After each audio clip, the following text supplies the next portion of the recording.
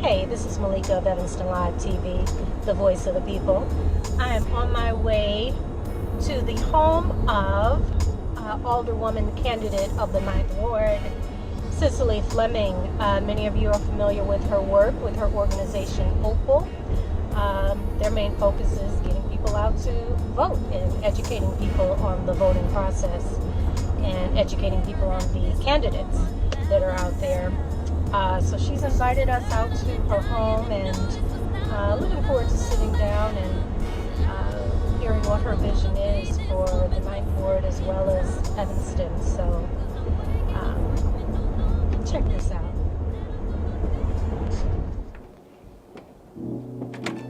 Hi, Malika, welcome. Come on in. Hi, Cicely. How are you? I'm good. Thanks for coming over.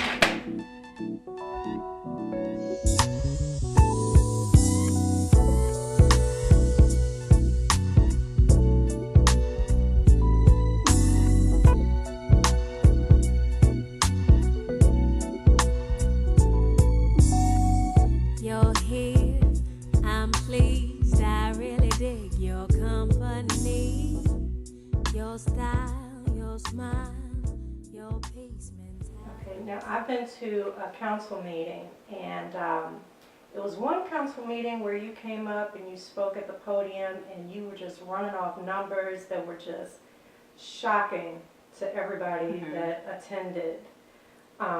I just saw that fire in you. I don't think I had ever seen that in you, because you come off so calm and just so, reserved and controlled, but that anger and that passion came out of you. And can you tell us a little bit about what was happening there? Yeah, so part of what we have done in OPAL is to try to really focus on the outcomes. And that's a lot of the numbers of which the city, puts out reports, and our school boards put out a report. Because other than that, you get caught in a space where people think you're just going on your feelings, and you might feel like something's happening, but it's not actually accurate. And so we started the organization with putting out a lot of numbers about suspension rates and arrest rates and how our kids were doing in our schools and different things like that, to really catch people's attentions, because I think, like you, a lot of people are shocked when you look at the outcomes of our institutions. And that particular meeting was after the arrest of Devon Reed, who's a city clerk candidate. And there was a conversation about this contact card, and which led to his arrest. And we had produced that data a year or so ago, showing the discrepancy in contact cards. And I can't remember what it is, but essentially our African-American men or African-American residents are contacted and arrested by the police, I think at about 3 times higher rates than our white residents. And so as our city council was having the meeting, and there was this talk about Devon's arrest and what was wrong with it, I want us to focus on the policy that we use, which is when the police have contact with an individual, they fill out this contact card. With the history of our country, I think a lot of African Americans are not excited about these contact cards and getting into some kind of systems, records. But I did want to point out that this is not a new issue. I am glad that Mr. Reed's arrest, prompted us to have a conversation about it, but it was not a new issue. And so that is, I think, what I was talking about. And I think it is the passion that comes out in me, because I do love Evanston, and I do love that I was raised here and had afforded all the resources of the city. But that also leads me to have a little bit of, I would say, frustration at the lack of progress that we've had in some areas, because I think it's doable here. And so I really want to move our conversation past all the great things that we are doing and really have an honest conversation and analyze people who aren't receiving, don't have the best quality of life here in our city, and how we can improve that as a city council. Okay, now I've been driving around with some of the other aldermen and a couple of the mayoral candidates, and asking them, what areas of Evanston they want to work on. Mm-hmm. Like for Alex Black with the 3rd Ward, I was like, there's really not much to be done over here. Uh-huh. They pretty much got it made in the shade over there. Yeah. So, and the 9th Ward is a beautiful ward. So It is.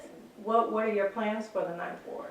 So my plans for the 9th Ward, you're right. It's a beautiful ward. A lot of, it's mostly residential. We have a great diverse group of ages, socioeconomic, races, different type of families live here. And so what I want to do is really increase their quality of life. And so when I talk to residents, when I'm out knocking on the door, people have a lot of concerns about, obviously, property taxes are very high in Evanston.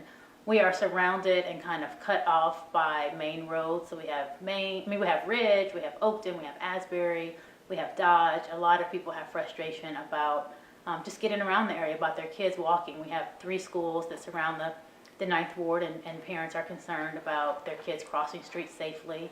And so I really want us to focus on that. I want to look at increasing our stop signs, increasing our crosswalks, getting some more crossing guards. I also want to increase communication. I realize when I'm out not talking to people, some people don't know Brian Miller, our current alderman. They don't know he's running for mayor. Their communication from the city has been, limited for some people. And so I want to be a community agent where I go to city council. I kind of fight the battles there, and I bring the information back to the community. I think that if you are a citizen in our town, then you deserve to have your voice heard, and you deserve to know what's going on in our city council without having to go to all these meetings and such. And so I see that as my role. Another thing I want to do is I realize this is my first time living south of Main Street, and we don't have the same community city resources in South Evanston. So we don't have a youth center up in Mason Park. There's a youth center that the city provides free after-school programming. I would love for us to get something like that going at South Evanston. My children go to Chute. We have kids who go to Nichols and the other schools, and there's nowhere for them to go here in South Evanston. And I think that will really decrease our youth crime, kids who hang out and get into activities after school that aren't the most productive. And I think as a city, it's our responsibility to make sure we're doing all we can to support even those who aren't taxpayers, but we want to be productive citizens in our city as they become adults. Now, I went to your campaign kickoff, Mm-hmm. and I thought it was so funny when you were just very honest. You were standing there with your family, your husband, Mm-hmm. and you were like, sometimes I just want to say, forget these people, I'm done, I'm over it. Yes, it can be difficult. What would occur that would make you just come home and be like, forget, just let it go, just forget it? I don't know what would have to occur. I promised my children, we have lived in 3 states. My children have lived in 3 states, and I promised them that we are not moving again, at least until everyone's out of high school. And so I'm here for a while. My youngest daughter is in 5th grade. So nothing, I love Evanston. We came back intentionally for me and for my family to be with my family that's here. I have a huge extended family here. And we came back because I wanted my kids to ride their bike to the beach and do all the things that I did growing up. And for me to feel safe with them doing that, and I knew I could have that in Evanston.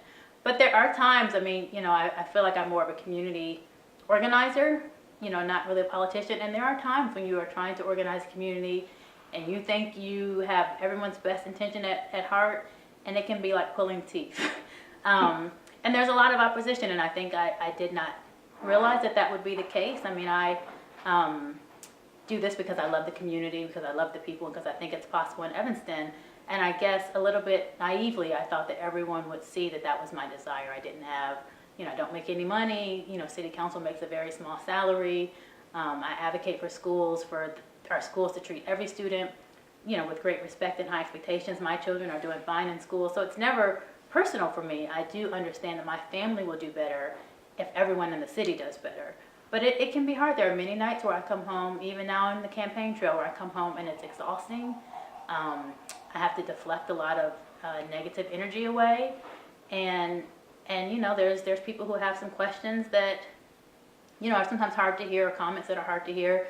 But at the end of the day, I know this is where I'm supposed to be. It's what I get up in the morning thinking about. It's what I get up in the morning wanting to do. Or, when I've had a hard day, I try to reflect on what didn't go well, and I try to correct it for the next day. But I'm also human, so I get tired and I get frustrated. And, if I'm honest, I come home and I say, I quit. I spend a lot of time campaigning, a lot of time away from my children. But they understand that it's for the greater good, and so they're willing to make that sacrifice. But there are days where I need the pep talk in the morning. And my kids have been great at that. They say, Mom, come on, you got it. Or, they take buttons to school with them. They've delivered signs for me. They've door knocked with me. And so that encourages me to keep going, because I know I have to set an example for them too. If you keep going even through the difficult things, if you know that you're doing the right thing.